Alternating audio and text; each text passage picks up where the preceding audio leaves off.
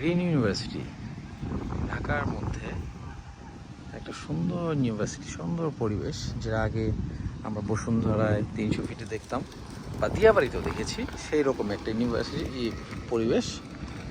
সেই পরিবেশে আপনার লোকেশনটা হয়তো অনেকেই জানা, এবং ভার্সিটি সম্পর্কে আপনারা অনেকেই হয়তো জানেন যে বাংলাদেশের রেপুটেড ইউনিভার্সিটির মধ্যে ওয়ান অফ দি ইউনিভার্সিটি।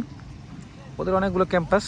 আমি কখনো ইউনিভার্সিটিতে আসি নাই, যদিও আমি প্রাইভেট ইউনিভার্সিটি পড়েছি, অনেকগুলো ভার্সিটিতে যাওয়া হয়েছে। So but green university first time আসলাম, এবং আপনার পরিবেশ প্রকৃতি দেখে আমি just pleased about the situation right now. আপনারা দেখতে পাচ্ছেন যে আসলে একটা ইউনিভার্সিটি আসলে এরকমই হওয়া উচিত আমি মনে করি। ইউআইউতে গেছিলাম, ওদেরটাও মোটামুটি ভালো, বাট নর্থ সাউথ আইইউবি একদম বিল্ডিং করে রাখছে একদম।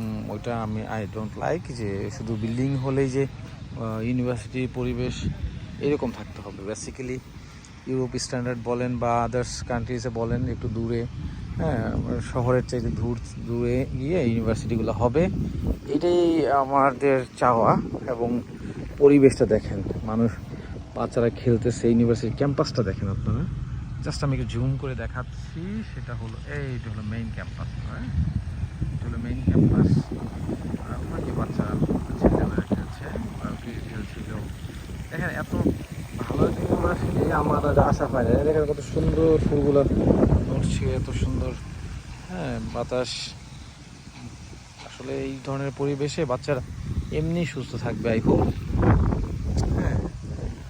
সো আমার ভাই বোনেরা যারা পড়তে চান এরকম পরিবেশে, অবশ্যই দেখে নেবেন। শুধু যে আপনার টাকা বেশি দিলেই যে ইউনিভার্সিটি ভালো তা সবসময় না। আসলে এরকম একটা পরিবেশে নিজেকে পড়তে পারলে বা যাওয়া আসা থাকলে ভালো। ঠিক আছে, থ্যাংক ইউ।